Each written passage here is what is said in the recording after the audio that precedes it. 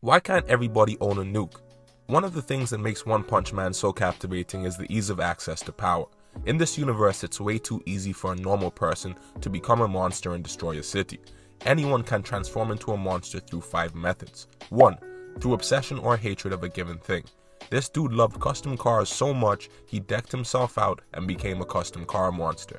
Broski became a boxing monster by shadow boxing the string dangling from an overhead light. On the wiki, he is literally called personification of a light pull cord. I'm not joking, look it up. It's completely ridiculous, but philosophically, transforming into the thing you're obsessed with seems kinda sound. But moving on. 2. By eating the raw remains of a monster.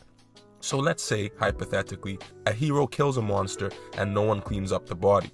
Then someone comes and eats it, boom, new monster. Exception being 3. Orochi's danger potato, also known as a monster cell. This small concealable cell, eaten by the wrong person, can do more damage than a literal nuke.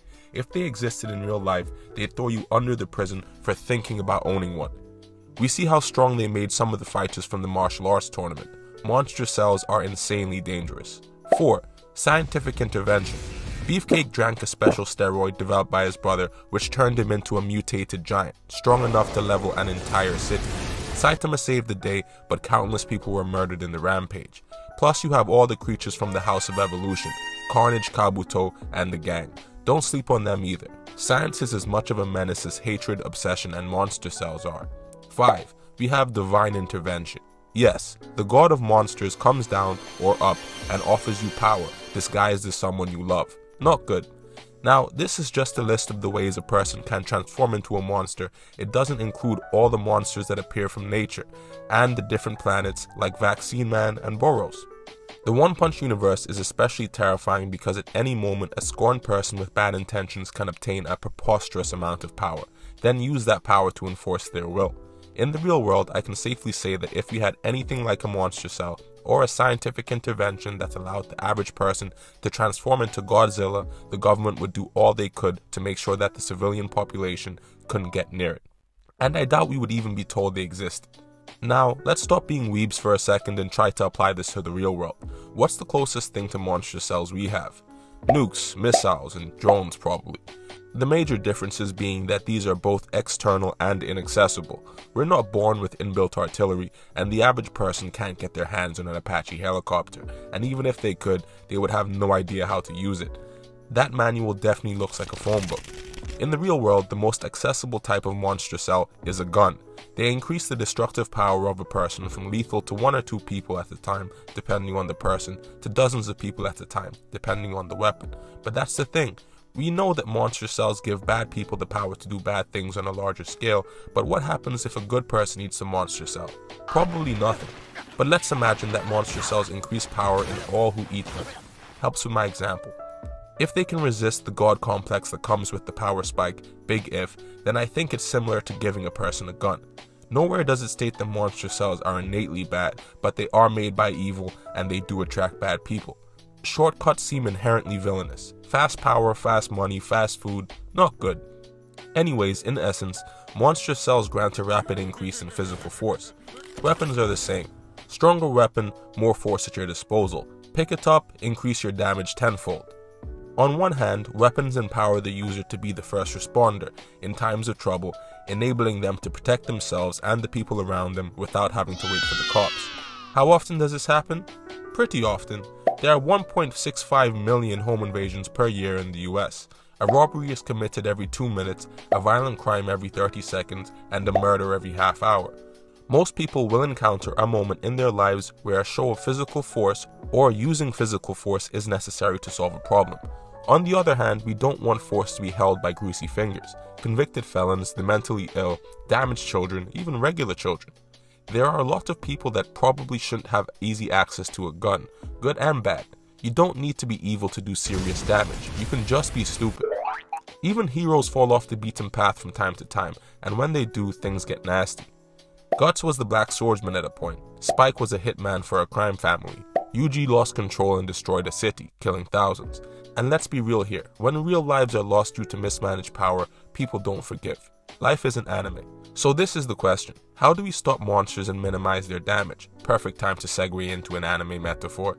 So if I was a civilian in the One Punch universe that was tired of living in fear from random monster attacks, and I'd assume that's every one of them, I'd try my hand at solving the problem. In the local town hall meeting, I'd ask, how do we stop people from turning into monsters and wrecking everything? Reasonable answers only. Since we can only address that which we can control, and we can't control the monsters that give out monster cells, nor can we control the devil from tempting people, we should target the other three methods of monsterization. Cleaning up monster carcasses faster is a good solution. The real world version of that would be something like not broadcasting the names of mass shooters on TV. It makes evil famous, and a lot of them seem to get off on that. What else? I can't help but assume that some would suggest outlawing science, bad thoughts, and obsessions, because they can all lead to monsterization. But this is also really goofy. Science, the same thing that produces monsters, is the same thing that helps fight them off, and good luck trying to ban bad thoughts and obsessive behavior without having the opposite effect. I kinda get it in a way though. Let's steelman the argument. Outside of the Midwest, the data seems to show that states with stricter gun laws have lower homicide per capita than those with looser gun laws. Like monsterization, guns increase the power or force of a person. So, by reducing civilian access to force, we can reduce the damage of monsters spawned from the civilian populace. Less civilian power means less civilian monster damage, right? It's complicated. Enforcing the reduction in public force without turning tyrannical is really tough. That's why they do it slowly. If you ask a reasonable person with a clean record to give up their means of force and they say no, then you take it from them by force. That's monstrous behavior. The Second Amendment allows people in the United States the right to bear arms for personal safety and as a bolster against potentially tyrannical governments. There are about 393 million privately owned firearms in the US, or 120 guns for every 100 Americans. Taking all those back by force would be an act of tyranny. A federal ban on guns reduces the power that civilians are allowed to have, theoretically decreasing the damage that monsters formed from the general public can cause. But what happens when the monster is the government? They're Orochi and they need to get overthrown. But they control all the monster cells. Well then it's checkmate. Spread those cheeks because you're about to get your domain expanded. I'm no expert, just a YouTuber as a hobby, but I understand that there is a middle ground and it's constantly changing. According to the data, every time we surrender some personal force, we seemingly make it harder for terrible people to do bad things, but at the same time we make it harder for good people to protect themselves from the devious. It's a nutty balance because I know that if the government legalized all grades of military weaponry to the public overnight with instructions for dummies, I'd book a one-way ticket out of here, arriving yesterday. Yet, if we have no power, then everyone would be at the mercy of every monster that came our way. Completely reliant on the first responders to protect us, and that's a horrible position to be in. I'll close with this.